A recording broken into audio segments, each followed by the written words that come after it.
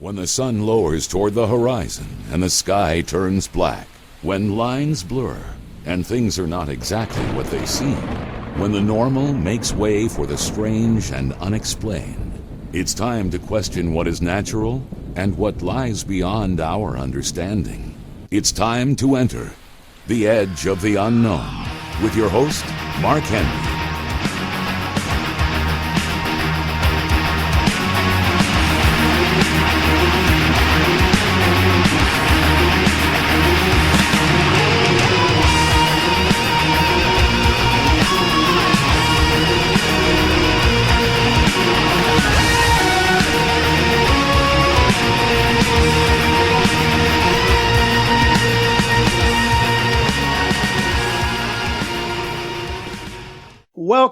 Welcome, everybody, to the Edge of the Unknown. Got a great episode for you this time around. I think you're going to enjoy it greatly. A friend of the show, he's been on a couple of times, and it's going to be a blast to have him on to talk about what he does. But before we get there, if you have any questions for me or my guests, or if you would like to reach out to me with a comment, please email theedgeoftheunknown@gmail.com. And of course, find me on Facebook and Twitter. I can be reached there as well. I have received some correspondence about when's the next episode coming out? What's going on? You already did the one, and then when's the next one? Guys, I'm working on it. I've got a lot of really cool guests lined up for you, but I'm also knee-deep in the dead with my other YouTube channel, Uncle Josh's True Scary Stories. So have a little patience. I've got some great guests lined up for you. We're going to be talking monsters. We're going to be talking aliens. We're going to be talking UFOs. We're going to be talking Bigfoot. Awesome guests, the best in their fields, coming up here on the Edge of the Unknown.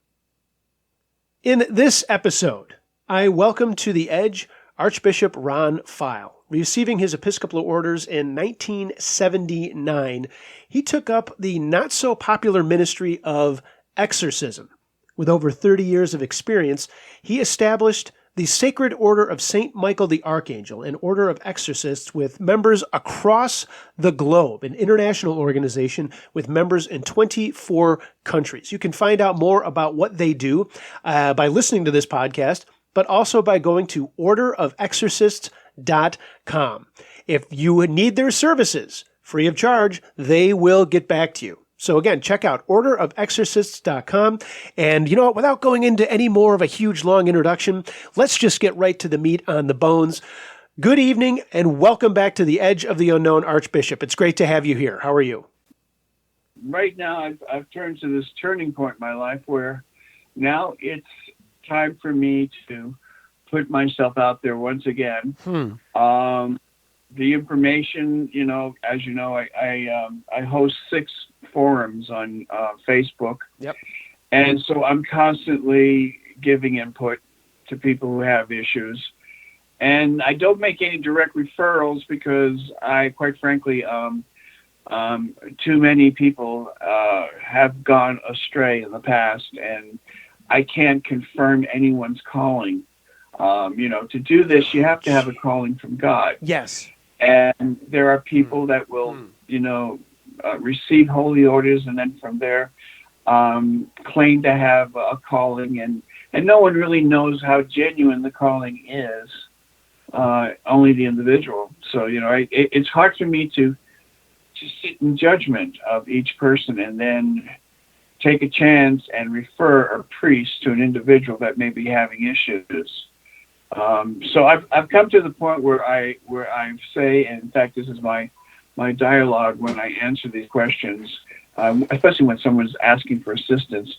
I would say all of our members are actually members in our forum now on Facebook. Nice. And you are free to make your post and request for assistance. I have lead investigators and appointed clergy priests who are appointed exorcists who are on Facebook, and they're in my forums. So what could happen at this point is they can go directly to my members. Okay, since I'm no longer have my hand in the ministry, and even then that's not exactly the full truth. you never really retire from this type of ministry. Everything always happens, and there's a backlash, which I could say for your program. But the backlash in everything you do in life has a price. Sure. And everywhere you go, you leave a trail. And no matter what you're involved in, the past will always be there, especially when there's a traumatic type of experience that took place, where there are supernatural forces involved. And so when that happens, you're literally leaving yourself, what you're doing is you're leaving breadcrumbs. And so from the very beginning, since 1981, I started leaving my breadcrumbs. So now I have all of the dark forces that have followed the breadcrumbs, and now I feel all the things that took place many years ago, where I'm constantly being attacked physically, where I'm physically feeling forces. I just went to the doctor just a week and a half ago, and from there I went into the hospital for testing because this was just not right. I mean, I was getting muscle spasms in my rib cage on both sides, and just simply not normal. Plus, I had a chronic cough, and I couldn't get rid of. I still have it, actually, but it's not as bad as it was. In any case, they took blood tests, chest X-rays, the whole 9 yards, and they gave me a clean bill of health. They said, in fact, the doctor said I'm in better health than he is. And which is like, which tells me, which I knew already that it was all, supernatural. It was all very much spiritual that was happening to me. So because of the breadcrumbs that I've left behind. Let me ask you about those breadcrumbs. And we've had conversations about this over the years, and the times that you've been goodly enough to be on the edge of the unknown. Is it a good thing or a bad thing to leave those breadcrumbs? And the way I want to kind of word this question is, everything that we do is a learning experience. So maybe those breadcrumbs could be a reason that you get to where you're going, and you learn from what you've done by spreading those breadcrumbs. Or is it always a surprise that you've dropped the breadcrumbs and holy cow, something has caught up to you that you weren't even thinking about catching up to you? Well, your first scenario was pretty right on. People do normally learn from their mistakes, and they learn from their past experiences. But when you're dealing with the supernatural, you're dealing with a completely different issue completely. I mean, it's like you are, in fact, in physics, they have this term cause and effect. When you do what we do in terms of in the spiritual world, we're dealing with the physical and the spiritual. We leave a trail, and that trail can be followed. And that trail is a permanent trail. That trail, it just goes on to the end of your life. No matter what you do in life, you put your signature in the universe. And when you're fighting this good fight I refer to as good versus evil, we are putting ourselves out there. Every person who has a genuine calling to do this type of ministry, we have to know, which we accept, that there are consequences. And sometimes the consequences can be so severe it can lead to early death. In other words, your lifeline, your lifespan can be shortened as a result of your activity in this type of ministry. And of course, the ministry I'm referring to is the ministry of exorcism. You're dealing directly with dark forces, and it's in your face. And as a result, this is something that we have to accept, those of us who actually have a true divine calling, because we believe that God will protect us, and God will protect us and will not give us more than we could handle in regards to trying to help someone else who's going through some severe issues like demonic oppression or demonic possession. These individuals are suffering physically, and spiritually. And as a result, my job has always been, for almost 40 years now, if you can believe that, in the ministry, my job has always been to profile the situation, to examine and give an assessment based on the information that I see and perceive as to be the truth. There's a whole psychological and physical assessment that's made in the process, because it's so easy to be fooled by, let's say, a psychosis that could mimic demonic possession. Mm-hmm. You have to know the difference. You have to know what the guidelines are. And as a result, and as I think we probably covered this before in the past, sure. I designed our organization and I recruited 3 psychiatrists. And the 3 psychiatrists are the individuals that would actually review the psychological assessments that that is, the victim would submit. Once the psychological assessments are reviewed, and the psychiatrist, the practitioner, will say, okay, there's no real reason why this individual should be experiencing this, or they might say that, well, there is. This individual obviously has a chemical imbalance, and these symptoms he's experiencing can be explained scientifically. So if that be the case, then of course you have a different scenario.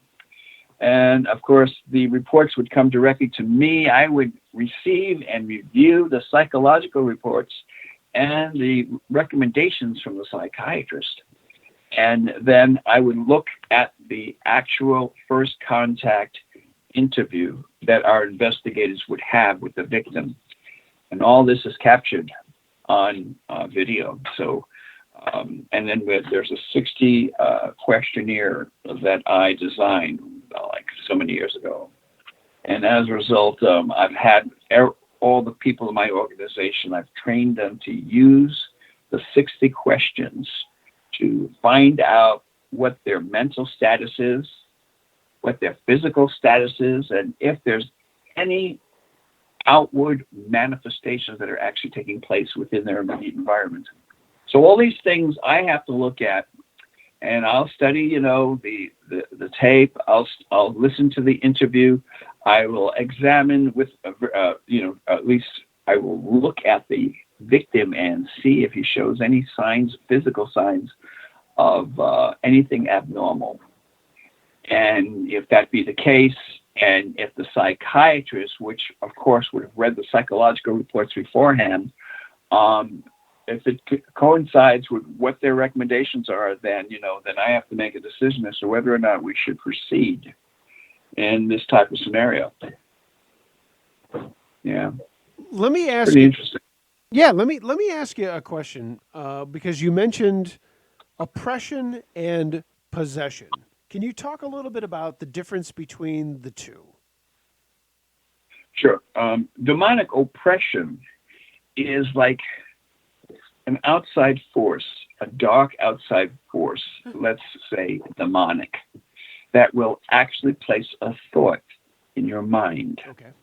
And this thought would be so concealed in the subconscious mind of the brain that the individual would think that any bad behavior or any motivation that they would have to do something really terrible, they would convince themselves, at least from within their own reasoning, that what is being done is on their own accord. It's their idea to do this, and therefore they feel they're ready to do something that could be very destructive, very harmful. The list goes on. Mm-hmm. And that would be a demonic oppression. That's when the demonic plants a seed in the subconscious mind of the brain, and the individual is fed that information slowly into the conscious mind and doesn't even know that it was planted intentionally so they could cause destructive behavior. Now that would be demonic oppression. Now demonic possession is something totally different, because it's not only affecting the mind but the body. The personality of the demon will actually go into the individual, most of the time through invitation. And when the individual has this demon, the personality of the demon itself would start being seen by the body that would be the host. Now, at this time, family members would probably be scared out of their minds because they would see their loved ones doing odd things, like maybe, I don't know, climbing the walls, literally, or maybe levitating, or maybe becoming totally destructive by physically cutting themselves, or doing something that's, that's so out of their norm that it would be impossible to claim. And as a result, it's important that we see these things, we take the information and we examine it, make sure it's authentic, because if it's not, we could do more harm than good. Because if it is a psychosis, then, and I authorize in this case, now that I'm retired, I will say now the bishop of that jurisdiction authorizes an exorcism and has one of his appointed priests to actually perform the ritual and join the investigating team and carry this through. If for some reason the individual, the victim, is not possessed by any type of demonic entity, then, and it's simply a sheer form of psychosis, then what the priest would be doing would be making suggestions that would drive the victim deeper into their psychosis, which most of the time would land up in suicide. So we have to be extremely careful when we make this determination. That's why I have always had a support group in the psychological community, in the health community, and of course the cross opinions and support of clergy who have been doing this before it was even popular, if you will. And so it's an interesting scenario. There's another type of demonic possession that we haven't talked about, or maybe we have in the past, and that's demonic infestation. Mm-hmm.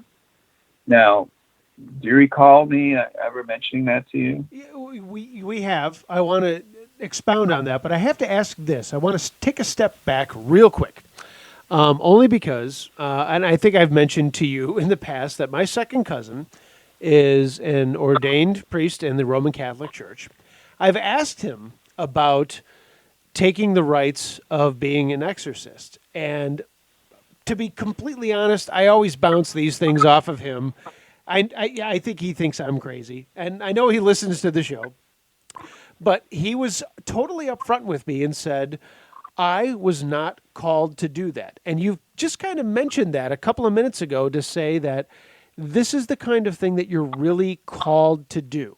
Before we get into demonic infestation, I want to ask you, Archbishop Ron Feyl, what called you to this? You could have done a million different things, I'm sure, in the church, but this is the thing that brought you to where you are right now. What was that? Well, I'll tell you, it was my first supernatural experience. It occurred when I was about 11 or 12 years old, and I was in the bathroom taking a shower, and a bright light came and it just illuminated the entire bathroom, almost blinding. It was almost blinding, and I closed my eyes, and I had what I refer to as a vision. And this vision was of something that was to come. I saw myself much older, wearing a Roman collar. That's a clergy shirt. Not as an exorcist, just as a clergyman. Sure. And at that point, I felt, and because of the supernatural experience I had, it left a permanent impression on who I am and who I was and who I am now. And it also gave me the assurance that 100% that this was from God and this was a calling. So that was my calling. Every person that has, and every priest that say that they have a calling to do the ministry of exorcism, they should be able to explain to you how God contacted them. How did they know they were called? And anyway, if they're able to tell you the story, then the odds are they truly were called to do this ministry. Right. But to receive holy orders and become a priest does not make you an exorcist. Okay, you have to first have a calling from God. Okay, once you have a calling from God and you did receive holy orders and you into the priesthood, then you can go to your jurisdictional bishop and ask, or rather tell him that you're interested in this type of ministry. At that point, the jurisdictional bishop would refer one of the bishops of the church who is an experienced exorcist and would assign the priest to this bishop, who would basically take him under his wing. And he would be the assistant, the first or second priest, or normally the assistants to the exorcist, who is in most cases a bishop. And then there's a form of training. There's actually an on-the-job training, if you will. First, they're reading the responses, okay, in the ritual itself. And as they get more and more exposed to this type of scenario, the bishop, who is the mentor, would know when they would be ready to go to the next level of being appointed as the diocese exorcist. And so if that be the case, the training could take anywhere from 2 years to 6 years. It just depends on the involvement, the interest, and how convinced the bishop is, who is the mentor, that you are ready for this type of endeavor. In most cases, the requirements to even become an exorcist within the church is you have to be mature.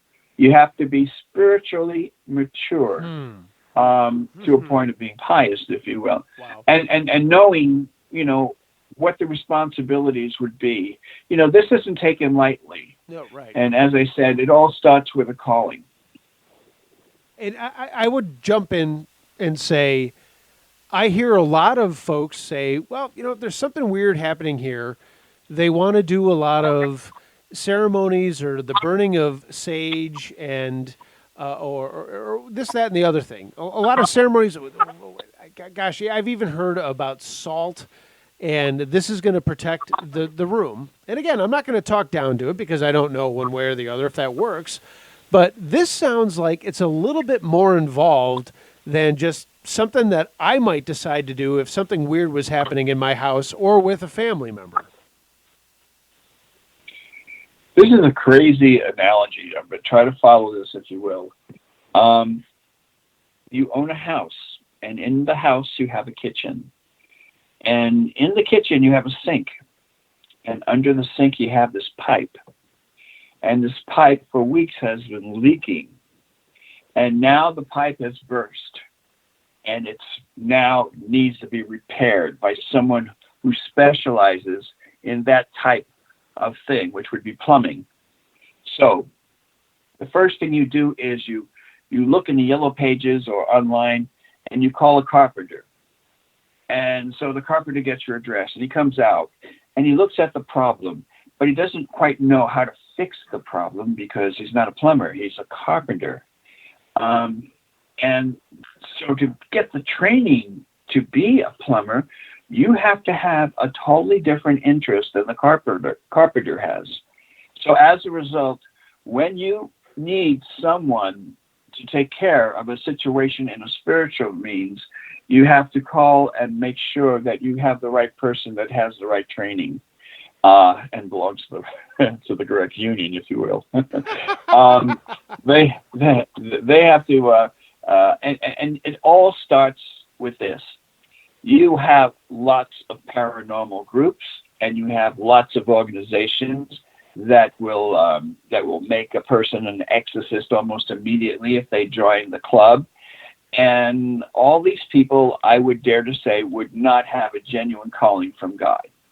I'm just saying, to be an exorcist is a long, long thing involved in terms of not only starting from your calling, but then seeking permission from your church leaders, your bishops, and then being assigned a mentor, and then going through several years of actual training and making assessments and things in this nature.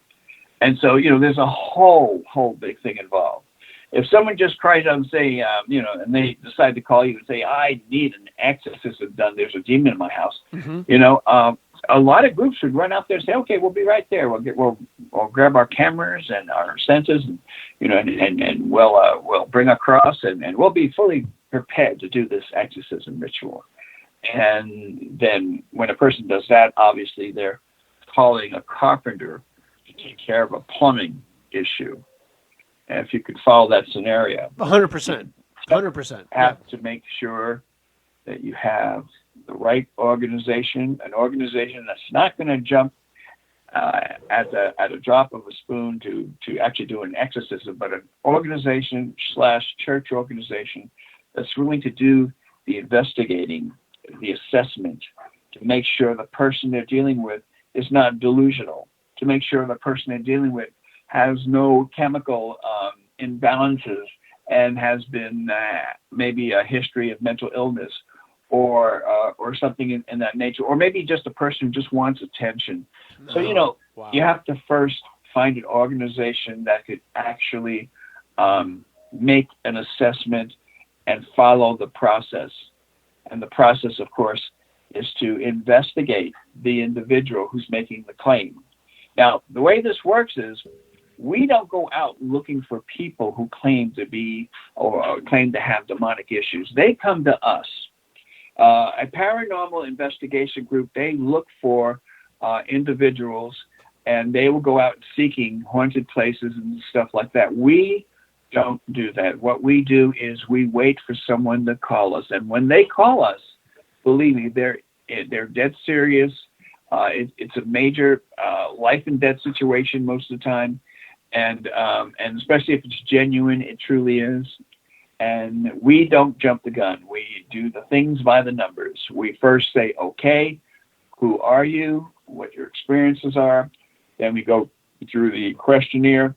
Then we investigate and see online if they have experienced or contacted other groups, or maybe find out if they've ever been in a mental asylum, or which means it doesn't exclude them from not being having demonic issues, I might add, because there's quite a few people in those particular institutions that have all Sure. kinds of demonic problems. Sure. But what I'm saying is that you have to be certain.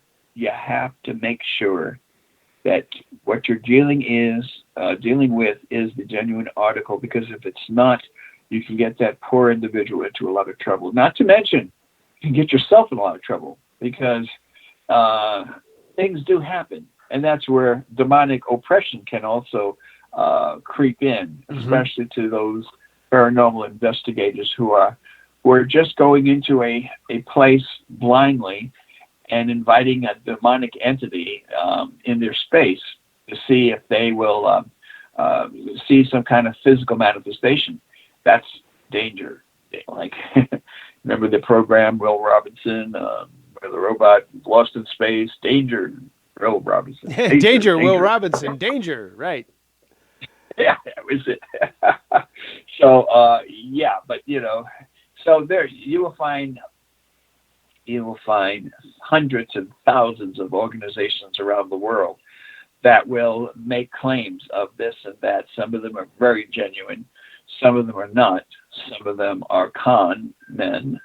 Some of them are, I'll tell you, in the 40 years, close to 40 years of being involved in a full-time ministry of exorcism, I never charged anyone for a ritual. And it's another sign, too. If you go to somebody who claims to be an exorcism or an exorcist, or belong to a church that has a ministry of exorcism, and they want money from you, I would say turn around and walk out fast, because they did not get a calling from God.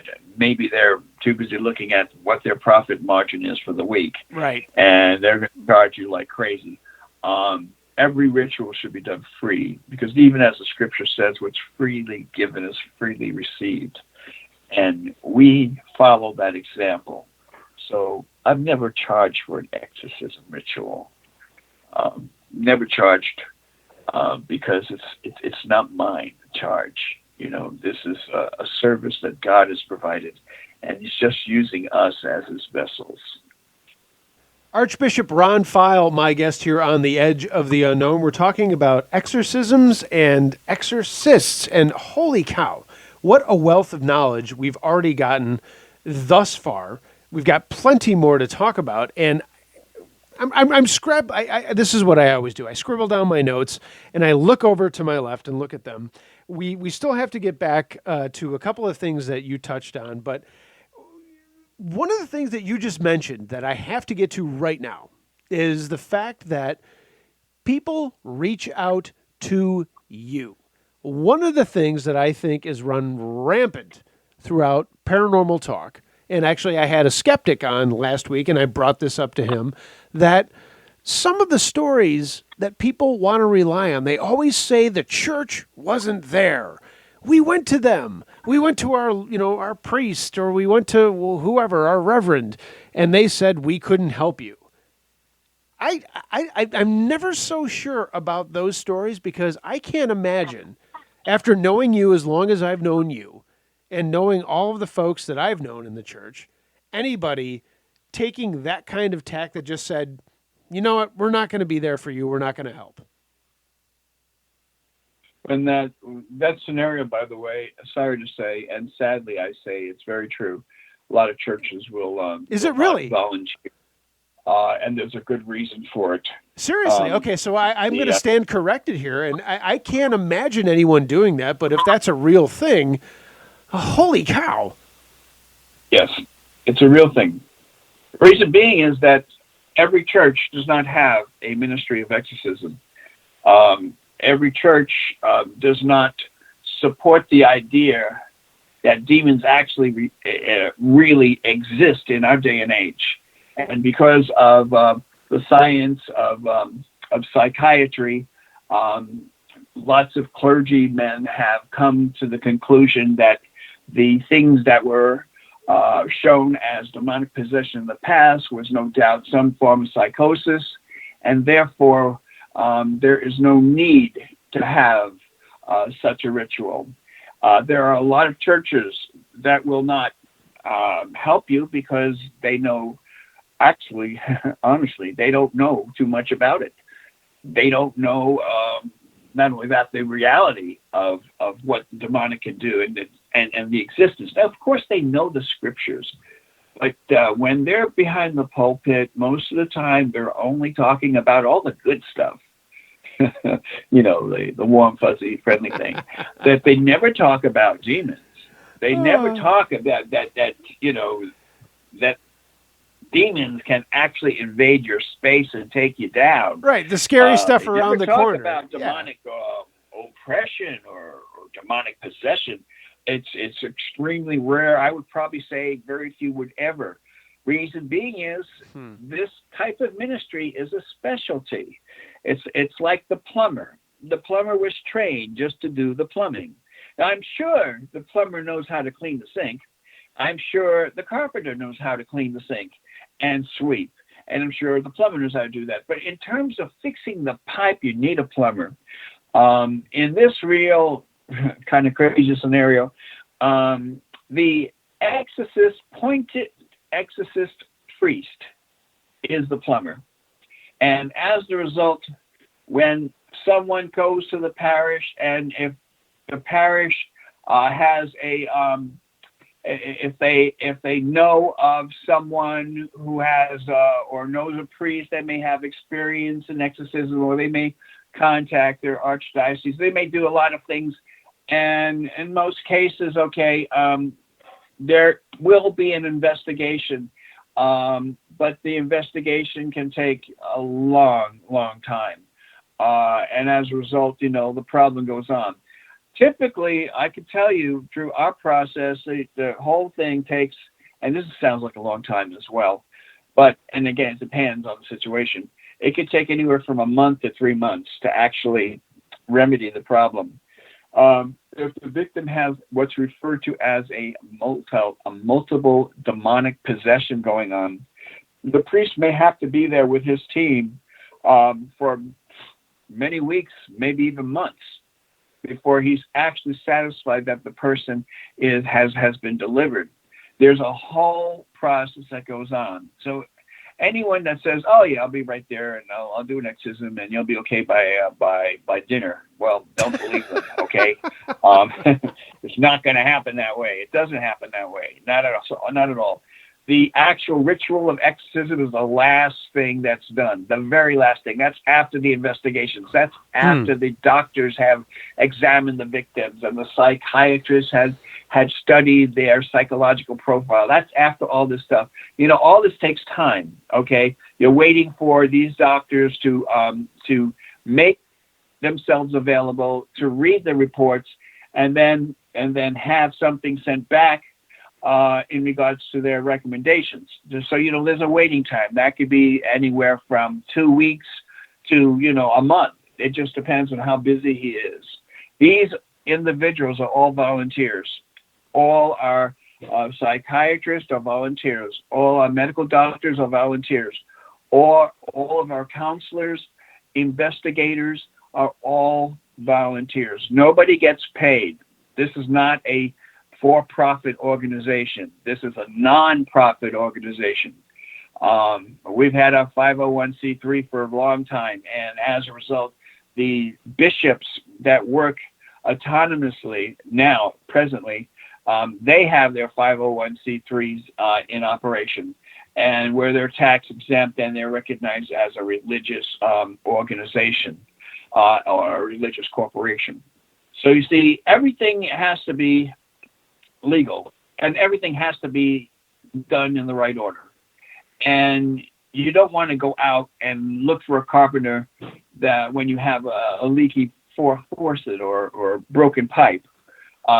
You have to go to the right person, and that person has to have the calling at an early age, then has to be groomed through the church to be a clergyman, and then at that point he makes the request to the bishops, his elders, and asks them or lets them, informs them that they're interested in the ministry of exorcism.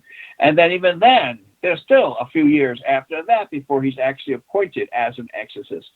So you see, the whole thing is not, it doesn't happen like bam, like right away. It's a long process. Archbishop Ron Feyl, my guest here on The Edge of the Unknown. We got to take a quick break, but we're going to be right back with more interesting paranormal talk, the best paranormal talk that you will hear anywhere here on The Edge of the Unknown.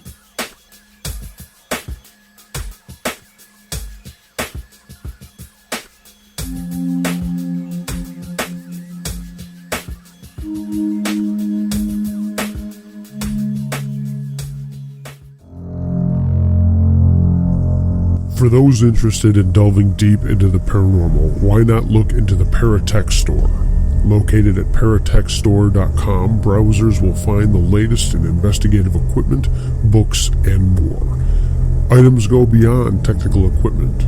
Mojo bags, stone sets, and other curiosities await your exploration at the Paratech Store, paratechstore.com. Visit them today.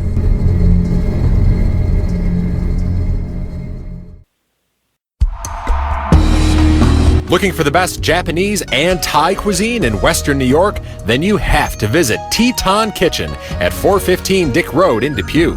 From appetizers and soups, simple, special, big, and fusion-style maki, to sushi, sashimi, and tempura, you won't get a range of items like this anywhere. Hungry for more? Teton Kitchen offers a full dinner menu and kushiyaki dishes, as well as a huge variety of sake, wine, beer, both domestic and Asian imports. Owner Taka and his bride Kin are proud to boast that Teton Kitchen is Yelp's #1 rated restaurant in Western New York, and they welcome you for lunch or dinner 7 days a week with takeout and online ordering available. Visit TetonKitchen.com for their full menu, hours, and online ordering, or call 716-393-3720. Teton Kitchen, 415 Dick Road in Depew. Itadakimasu.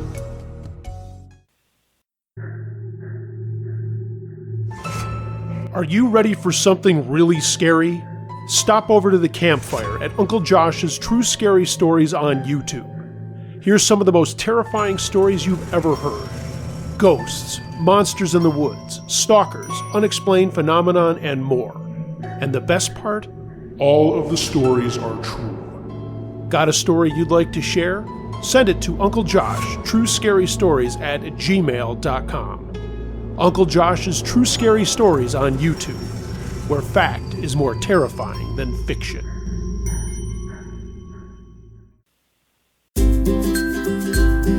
The Hope Project of Western New York is a resource for struggling families often identified as the working poor. We assist individuals who have lost their jobs through no fault of their own, disabled individuals, households with special needs members, victims of domestic violence in transition, and our military families and veterans. The Hope Project provides our members with gently used clothing, household supplies and toys, as well as hygiene and cleaning supplies. We also make available specialty items like prom dresses and Halloween costumes. These items are provided at zero cost to our members. How can you help? By donating items at our storefront, 4545 Transit Road in Williamsville, New York, inside the Eastern Hills Mall. Store hours, Monday 10 to 2, Tuesday 11 to 2, Wednesday 10 to 8, Thursday 10 to 2, and Saturday 10 to 2. Closed on all school holidays. Clothing should be contemporary, free of stains and tears, and household items must be in good condition and in working order.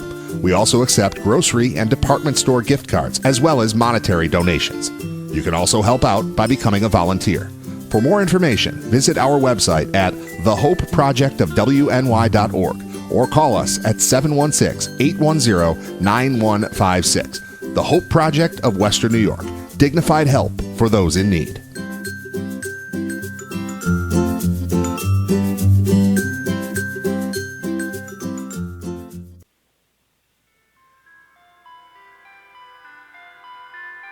He's never met a Yeti he didn't like. It's Mark Henry on the edge of the unknown. Okay, and we're back because that's all I have to do for that. So I want to go back to we mentioned oppression, possession, and demonic infestation. So the best way that I can actually ask this question is the way that we'll transfer back into the show is me introducing you again and then asking you about demonic infestation and something else you brought up about invitation. So that's what I'm going to do right now. Are you okay with that? Okay. Perfect. Excellent. Yeah, excellent. So hang on. We're going to count back. 5, 4, 3. Back here on the edge of the unknown with Archbishop Ron Feyl, we're talking about exorcisms and the good work that he does. Holy cow, what a wealth of information we've already heard tonight. But I want to get back into this, Ron. The difference between, we've talked about oppression, we've talked a little bit about possession, demonic infestation, and something you brought up in the last segment about invitation. I hear this all the time with stories that I'm sent on my other podcast about kids playing around with the Ouija board and things that you and I have probably talked about in our other shows, that someone asked something to come into their realm, their life, their world, their house, whatever it may be. Let's talk a little bit about infestation and how people can actually draw this sort of thing into their life. Well, a demonic infestation is something that has to be assessed first. Demonic infestation can also be referred to as a haunted house, where things in the house are, certain things are happening, certain sounds are happening, maybe certain things, people are hearing certain sounds and feeling quite strange, like if somebody's staring at them, or maybe they're hearing things crashing along the interior walls, or maybe things, and this is just the tip of the iceberg, by the way, because there's so much that could go on. And so what a valid investigation, a paranormal investigator and his team have to do is first look at the house, examine the house, treat it like if it was a demonic possession. Okay, and that is, if you're dealing with a demonic possession, you're dealing with a person. In this case, you're dealing with the house. So it's a demonic infestation. So you are going to make an assessment to see if it truly is a demonic infestation. So the first thing they do is they examine the house. When was the house built? Does the house have any history? Has anyone ever died in the house? Has there ever been some kind of traumatic experience? Or has anyone ever experimented with rituals, dealing with perhaps maybe the black arts, maybe doing things that would not normally, be done in, I would say, in a Christian church. And let's say that, all this is being done in the house, and you have to investigate, find out if these individuals, or rather the house and the people that live in the house have ever been involved in such a thing. Once you examine the house, you should have somebody on your paranormal team who has knowledge in electrician. He should have knowledge in circuitry. Should know a lot about construction. There are a lot of things in the house that could mimic signs or sounds of something that might be there that you can't see. Ron, I'm just going to jump in right now. You are totally making every skeptic who listens to this show completely happy right now. Yes, well, so it's something about the truth. You have to make sure that what you're dealing is real. Right. And if you can't explain it, after you've examined it, after you've given it a good assessment and you've looked at it, examined it, used all your tools to actually make a proper assessment, and you still can't see what's happening, why these things are happening, then perhaps it is something real. Right. And then that's the next level. But that's what I'm calling you. When I figure out that it's not the house creaking, it's not the the house making funny sounds, it's not the wind. Okay, I might need Archbishop Ron Feyl to come over here and take a look at this. Well, first I would say that I'm not a qualified construction person or a person who would know about housing and the house frame and the electrician and all that. So what I would do is I would call my team, and my team would consist of people who have experience in construction, people who are electricians, people who know a lot about attic, the frame of the house, things that could creak, things that could actually cause hallucinations, such as fiberglass. Let's say you have an attic full of insulation, and they used to use these chemicals years ago, and in a long period of time, you can actually breathe in all of these various things, these particles, which can alter your whole perception in regards to how you think and how your brain operates and how you perceive things.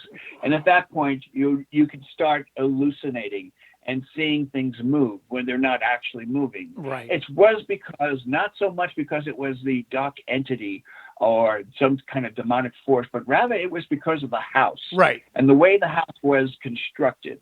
If there's like a power source, a major power source in the house, and as a result, the average, your typical paranormal investigator, they have instruments that could basically see where the energy is coming from, electrical energy and things of this nature. They have heat sensors and stuff like that.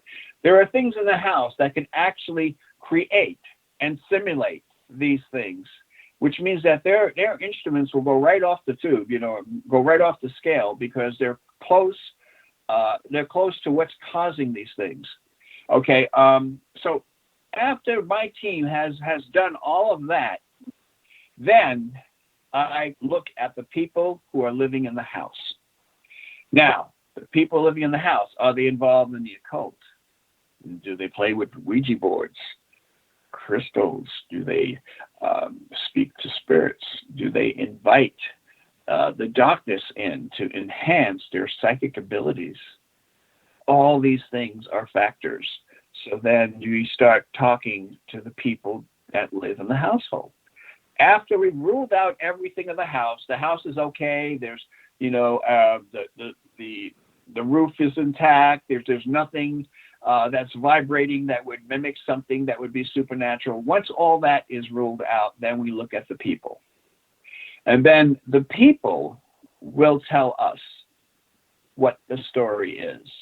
And the more information they give us, the more information we could make an assessment in regards to what is good information, what is useless information, or what is information that seems to be fabricated. And unfortunately, we have a lot of people that will do that. However, let's just say that everyone in the household, they are straight as an arrow. They have their stories are consistent. They have seen these things repeatedly in the presence of one another. And they could attest to the fact that these things are happening, and they may even have some photographs or some kind of video, to basically collaborate these things. And as a result, if that happens, that's fine. Okay, then we look at that, and then we make our assessment. The final assessment is when in this case, it would be the bishop who's in charge of that jurisdiction. He would review all of the information. He would rule out all the things that are in the norm and all the things that would be outside the norm, that would be in the supernatural realm. And then they would look at the people in the house, if they've been hurt, if they've been pushed, if they have any physical marks on them, if they have anything going on. And then if that's be the case, we have to look further into the psychological makeup of the individual, because a lot of people will scratch themselves to hopefully, to create the scenario, and it's very dishonest for people to do that. So we have to be very thorough, and we have to use a very analytical approach in everything we do. So the house has to be clean, has to have no other reason, and it's all solid, normal. The people have to be also solid, normal, okay, in their testimonies and how they collaborate with one another, and their stories have to match and things of this nature. And after we do that, then we might send somebody out to do house blessing, maybe see if we get further reaction, see if what we're looking at is actually genuine or if it's not. So to make a long story short, a true demonic infestation is when somebody opens the doors to the demonic, and they can either do it intentionally or unintentionally. It's always through invitation. Always through invitation. If you know anything about the Ouija board, the first thing you do is you ask the first question, and you know what the first question is, right? Yeah, it's always, are we talking to somebody? Is someone here with us? Exactly. And that, when you engage in a conversation like that, guess what? You're inviting them. You're inviting them to exchange words with you, and as a result, you're opening up a door that you may have regret at a later time. Archbishop Ron Feyl, my guest here on the Edge of the Unknown. And I feel so bad. And I did this last week too with my guest. Orderofexorcist.com. That's where you need to go and get information for what we're talking about tonight. Again, Archbishop Ron Feyl. And hey, look, if you're having an issue, these are the folks that you want to check out. And if you just have any questions, reach out and see what you can find out. I think there's a lot of misinformation, and tonight we're doing what we need to do, and that is clear up some of the misconceptions that we might hear about on this channel, and as well as my channel, Uncle Josh's True Scary Stories, when I do get the creepy stories about demonic infestation. Ron, let's go back. We're going to jump into the Wayback Machine. Your first case, can you talk a little bit about what your first mission was as far as being an exorcist? Well, I can tell you my first experience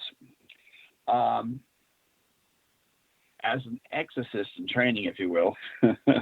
I'm assisting the exorcist, and Sure. that I am in a state of, and only being human, of course, I'm in a state of being not knowing exactly what's going to happen. Right. And the unknown can be very frightening. But when you start seeing things that start showing you that everything you heard was not only true but more so, you're in a state of shock, and of course at that point you're reading the responses from the Roman ritual, and you're losing your place because your mind is being gathered. You're looking at the room, you're looking at the victim, you're seeing and you're hearing things going on and off. You could hear certain things, and certain things would be blocked out, and it's a whole physical thing that you have to go through. Okay, a lot of people will hear this and say, "Really? Come on." Well, I got to tell you, anytime you are in the front of something that you don't understand and it scares you to death, believe me, all the physical things that take place in your body, through your normal functions that take place in your body, will be altered. You'll start breathing heavy. Your respiratory will go up. Your blood pressure will go up. Your mind will be in a state of chaos, where it's like you're like in this big fog and you can't even see what you're doing. Probably one of the most frightening things, more so I think than actually seeing the victim going through what the victim has to go through. You see, the person in the room, whether it's a priest or assistant or an investigator, all of them are going through something that is very traumatic, and as a result, they're basically fighting their own negative things that are happening in their mind. We've had people run out of the room, out of the ritual room, because it was too much to actually handle. And it's not so much of what was going on in regards to the actual ritual, but it was everything else around the environment. And you can hear a pin drop. It's so quiet. And then all of a sudden you'll hear a stream of firecrackers. And so you jump up, and you're amazed, and you go, wow. And you start examining all your own senses, because you're in overdrive right now. And so you're at your highest peak, and you're in a state of confusion, even though you know why you're there. It's just the experience of taking it in. That is a true scenario. Were you frightened away from that when that first happened? I mean, was that something that you actually said, geez, maybe I should have found a different calling? And I know we've talked about that personal calling, but did you ever question that at that point where you were like, man, wow, what have I gotten myself into? Well, if I was a plumber and I had to address the pipe, and the pipe burst and it was like water all over the place, I could probably say that to myself and say, well, did I choose the right profession? Maybe I should have been a carpenter. Or, since we're talking about exorcisms and a divine calling, it's not the same thing. You have already made a commitment to God. It's not, you're not changing your profession because you're scared. You're going through this whole experience, and it's more of an education for anything else. You're getting desensitized to it slowly as you're more and more exposed to it, which makes you more equipped to do what you have to do. and that is to have a clear mind, a steady hand, and control your breathing and heart rate, and just relax. There's a whole physical thing that goes on from within yourself. So to answer your question, if I was a plumber and that happened, yeah, I'd probably say maybe I chose the wrong profession. But as an appointed exorcist priest who has a divine calling, you can't say that. You just have to take it, and you have to learn from it. So when you're going through this, we're moving on from that, and you're going to be called on again. What do you take from the first experience into the next experience, and from that second experience into the third, fourth, fifth, down the line? How do you accumulate the skill set to deal with the stuff that you're going to have to deal with, because this is your calling and this is what people are going to be calling you on to help them with? Well, like in everything in life, you have to crawl before you could learn to walk. And there's always a forward motion involved. You have to have the strength, you have to have the will, you have to have the desire to continue in order to progress into the state that you're supposed to be. It's all part of the natural progression. So here you are. My first experience, and I shouldn't tell you this, but heck, we're just talking as friends, and heck, this is for you and I, so here we go. My first experience is I urinated in my pants. And I stood there because that's how terrified I was. I didn't read the responses. The first priest did. I just stood there, and I just was like a statue. And it was very uncomfortable. Stayed there for 6 hours standing in my own urine, which is something I don't really like to admit. Okay, but being fully clear, Ron, being fully clear, because this is a podcast and I'm going to be editing this. Do you want this to be in, or do you want me to take that out? I really probably shouldn't mention that. No, it's okay. I don't mind knowing it. You think it adds to the story? Ron, as a friend and a guy that has known you for a while, and we've had these shows, I'm not going to leave that in if you don't want me to put that in. That's up to you. You could leave it in because it's all. It shows that I'm being upfront and honest. Totally, but that's. I'm not exaggerating. In fact, sometimes the cold, hard truth is more terrifying than the. Okay, I just than what you're doing. But I'm just telling you right now, if you want me to edit that out, I would be more than happy to. If you want to leave it in, I'll leave it in, and we'll just continue on with our conversation. I just don't want you to say something that you might come back and say, "Hey, oh gee whiz, I wish I hadn't said that." That's all. You know what? Just leave it in. Right on. I've never told anyone that before, so just leave it in, and it just shows I think it just heightens the sensation of being terrified, and being terrified to a point where you can't even move. You're right like on. A statue. Right on. Holy cow! I can't ever think of a time that I was that frightened. But at the same time, I don't think I've ever been in a position to be that frightened. I can't imagine anything that you've seen, that you've gone through, and that you've helped other people to deal with, as far as the things that you do with training folks. Holy cow. I talk to you over the internet. I talk to everybody over the phone. I can't imagine 1 second. I mean, I've seen a lot of weird stuff, but I can't imagine being that afraid. Yeah, to make a good comparison to that type of how frightened that could be, if you could imagine yourself walking into the morgue and seeing all these cadavers laying on the slabs, and all of a sudden one actually sits up and turns and faces you. Okay, at that point, I think you'd be pretty horrified, wouldn't you?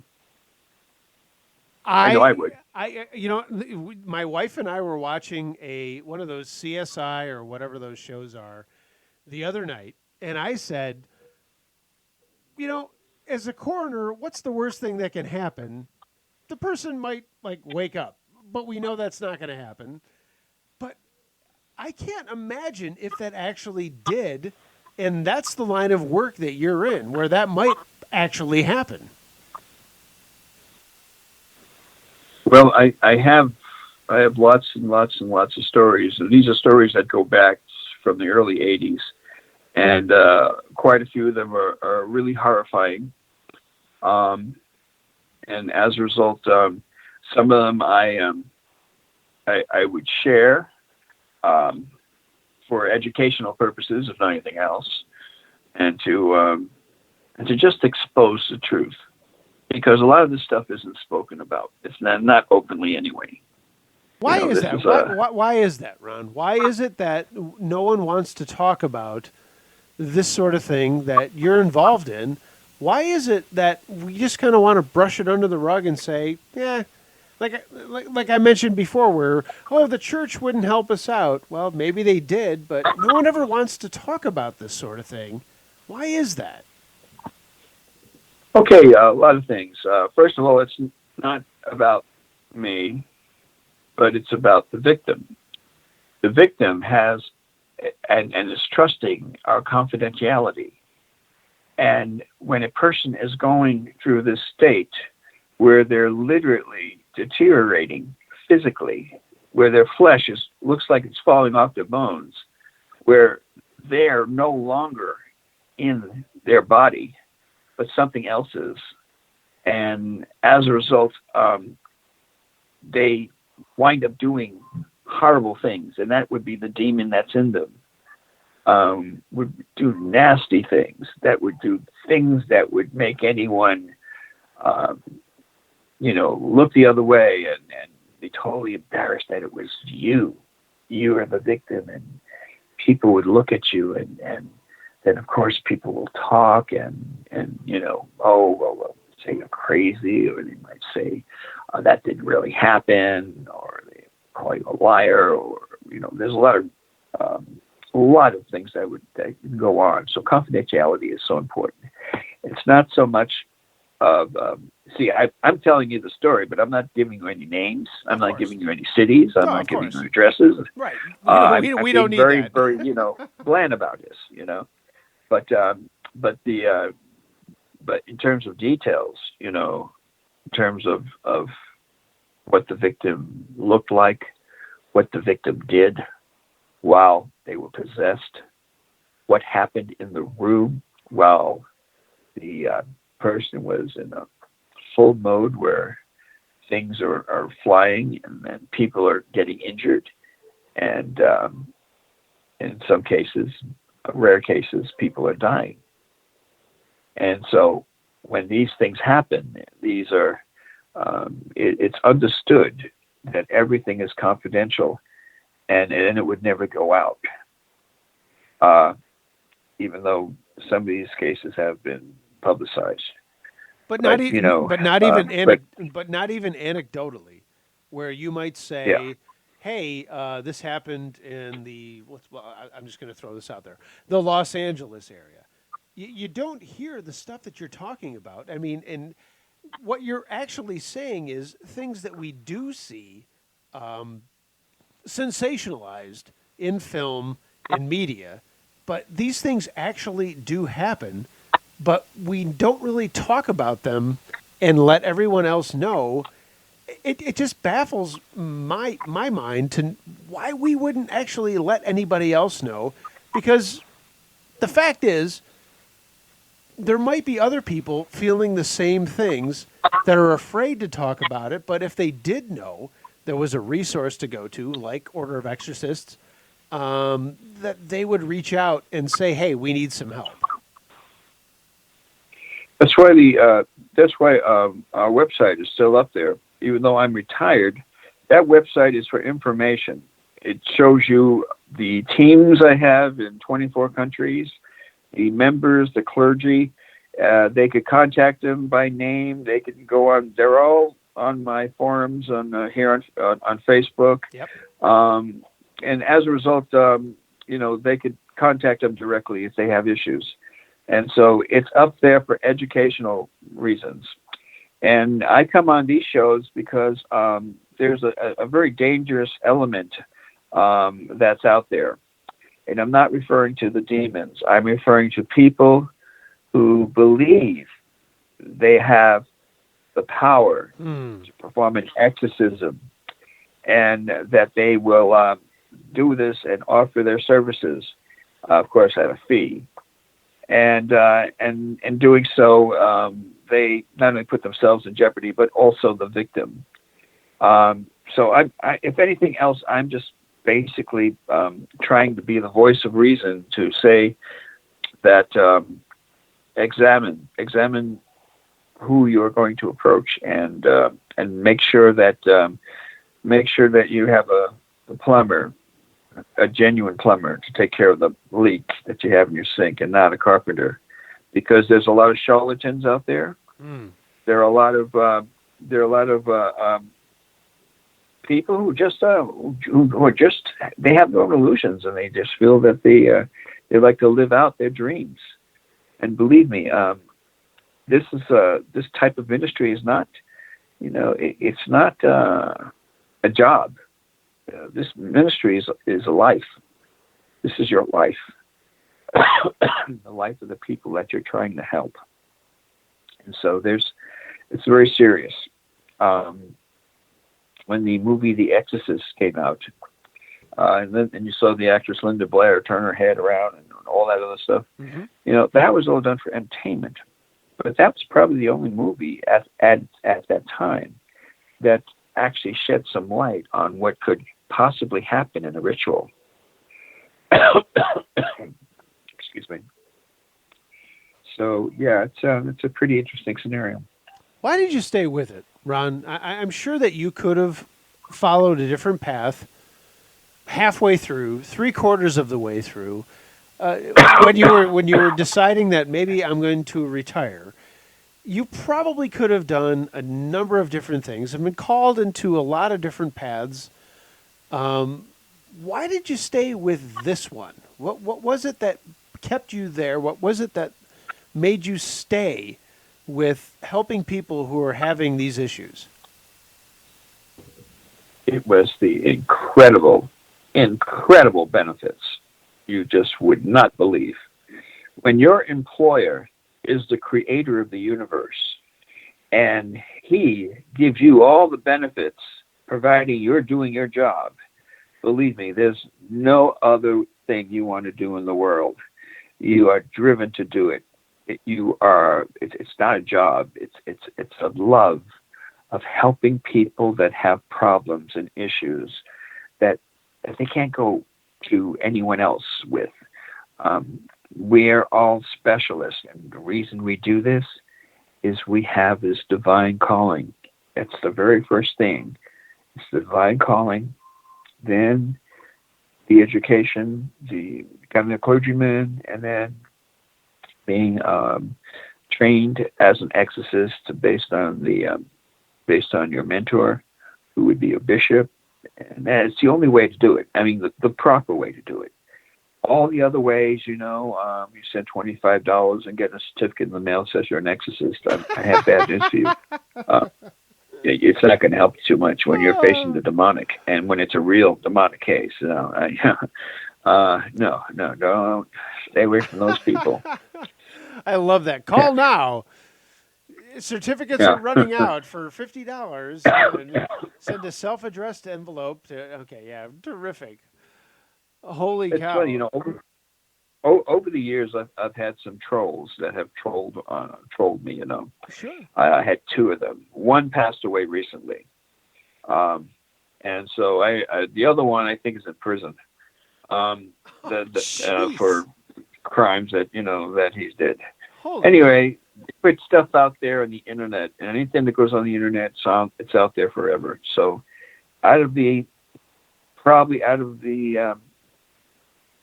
off the top of my head, out of the 500 links or articles about me that you'll find online, you may find 3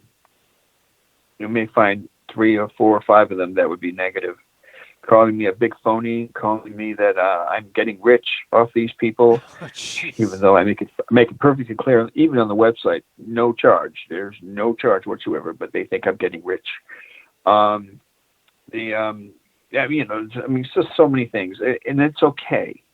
I never had to address any of these trolls, okay, because why give them the attention, And so and time, of course, goes by so fast.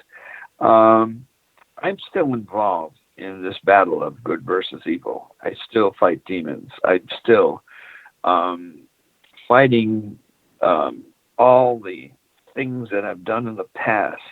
They seem to follow me, and they have left marks. 5 years ago, I almost died in an exorcism ritual. I remember that. Yeah, and that was a wake up call for me to say slow down, because working 100 hours a week is not a joke, especially when you're in your 60s. So now I will interact with people in my forums on Facebook, and I'll post up things that I feel might be interested in terms of talking about the demonic and God and faith and miracles and things of this nature. So I post these things up, and then I have my members that will post their suggestions, and they post their articles, and and this is the extent of what I do. I the radio interviews, I will probably continue to do that, because this is a good way to get the word out. And so in reality, I may not be actually out there actually performing rituals, but I am, in a very real sense, performing them almost on a daily basis within my own space, because the trail is real, and there's always a price that has to be paid in this universe. I will say this. You and I have always been in close contact. Two of my claims to fame over some of the really big podcasts out there, and shows as well. I had you on before you were on Coast to Coast AM, and I had you on before anybody from Joe Rogan's podcast is going to ask you to come on, because I'm guaranteeing he's going to reach out to you. You have always been completely accessible. Our conversations on the air have been awesome. Our conversations off the air have also been awesome. You have always been upfront with me. You have always been honest with me. And when I reached out to you this time around to say, hey, do you want to come back on the show? And I told you that it was going to be in a little bit of a different format. It was going to be in podcast format. You said, yeah, I've got time to do this. That means a lot to a guy like me, who is not some huge celebrity. It's not like I'm on this massive radio network. It's a bunch of people who want to listen to a person like you and hear you tell your story. And that is unbelievably gracious. And I have the utmost gratitude that you would actually spend a little bit of time to talk to me. Well, I really appreciate you having me on. And I need to also mention real quick. Sure.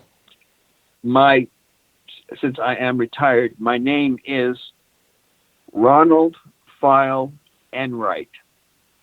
So that's the name that you'll be seeing, and now and in the future. So it's Ronald or Ron Feyl Enright. Okay, should I actually change that as far as the way that again, this is because we're recording and I'm not actually going live. Do you want me to introduce you that way? Okay. Just say Ronald Feyl Enright. Archbishop Ron Feyl Enright. Perfect. Okay. Awesome. I will make sure that we change that up. Okay, so the last question that I have for you, and this is kind of a goofy, funny thing. I don't know if you are familiar with the comedian Bill Burr.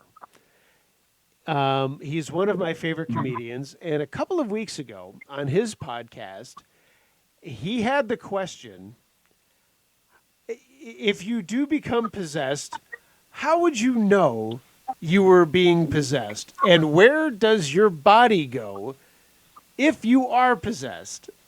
Do you have, and this is a goof, and we don't have to share this with anybody else, but I thought it was just such a funny question because I was like, yeah, if I was possessed, where does my body go when I am possessed?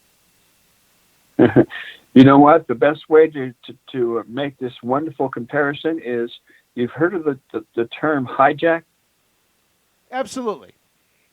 Okay. Also, when a person steals somebody's car, they are hijacking the car, or there's another term for it. What is it? Carjacking or whatever. In any case, what demonic possession is that exactly. Your body is being hijacked. So you are in the back seat and you are gagged, and there is nothing you can do. The personality of the demonic will come out and manifest itself in the body. So what it is, it's a hijack. It's hijacking the body and literally wearing it off, wearing it out until it's totally and completely broken. That's physically, that's mentally, and as this happens, you can, in some cases you can actually see the flesh fall right off the bone, because they are abusing, as most carjackers would probably do. They would race the car, and to its maximum, and maybe crash into things or whatever. Well, that's exactly what the demonic would love to do to a human host, especially that host that invited them in to begin with. Bam, the demon has full control of the controls of your body, and you are the hostage, and you're in the back seat, and you're watching it all. Interesting, when a exorcism ritual is done and done correctly, and the person is actually free from the demonic, they will have very, very few recollections as to actually what took place. The reason being is, in the brain there's this thing called the critical facility. It's a defense mechanism. It will actually suppress any terrifying, horrifying, traumatic things that could, in the long run, disrupt your normal lifestyle. So most victims have no memory. At least if they do, it's very glimpses of what took place, because it's such a mental assault. It's an assault mentally and physically. The spirit is always strong, because the spirit comes from God, and that spirit can and always will be victorious when the right process takes place. I don't know if that makes any sense. Does that make any sense? Did I say that right? I think so. I think it was perfect. What advice would you give to anyone joining the clergy and putting on the cloth who might want to go down the same road that you did? What would you tell them to expect and what to prepare for? I would first tell the young clergyman to first examine his heart and examine everything that would be considered wholesome within himself. This has to be done not because it's some kind of plateau you want to reach, but it has to be done because you actually have a divine calling. Then, of course, the next big step is to pray and have God actually give you a sign, give you something that you know that is where the suggestion did not come from you, but it came from an outer source, so like it came from a divine source. And if it leads you to that path to become involved in the ministry of exorcism, then you will know it. And that person would also be able to repeat how he was called by God to do and to be an exorcist. Because every exorcist knows exactly the exact time of when their calling occurred. It's a real thing. Amazing. Like I said, my cousin, Father Eugene, said that he was not called that way. And a wonderful priest. He's a great guy, but never had that calling that you had the strength for. And I know that, and gosh, over the years that we've spoken, I know you've been beaten up. You've had issues. It has not been easy. And gosh, the fact that you still did it for as long that you did, I don't know what else to say, but kudos to you. And I appreciate the fact that you are still out there and willing to talk to me and others about this that, a lot of people really don't want to talk about. It's a testament to your faith. It's a testament to your calling, and it's a testament to your strength. I really appreciate you doing this once again for the Edge of the Unknown. Thank you so much, and to God be the glory. I love to shine my flashlight in all the dark corners of the world and just share my information, because it's not really mine. It belongs to God.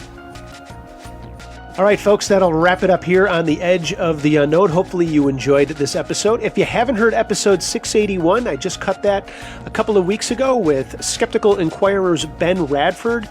Good listen, a lot of good feedback on it as well. And if you have a suggestion for a guest, or you've got somebody in mind, or maybe you are somebody that wants to be on the Edge of the Unknown, please feel free to reach out to me at any time. theedgeoftheunknown@gmail.com.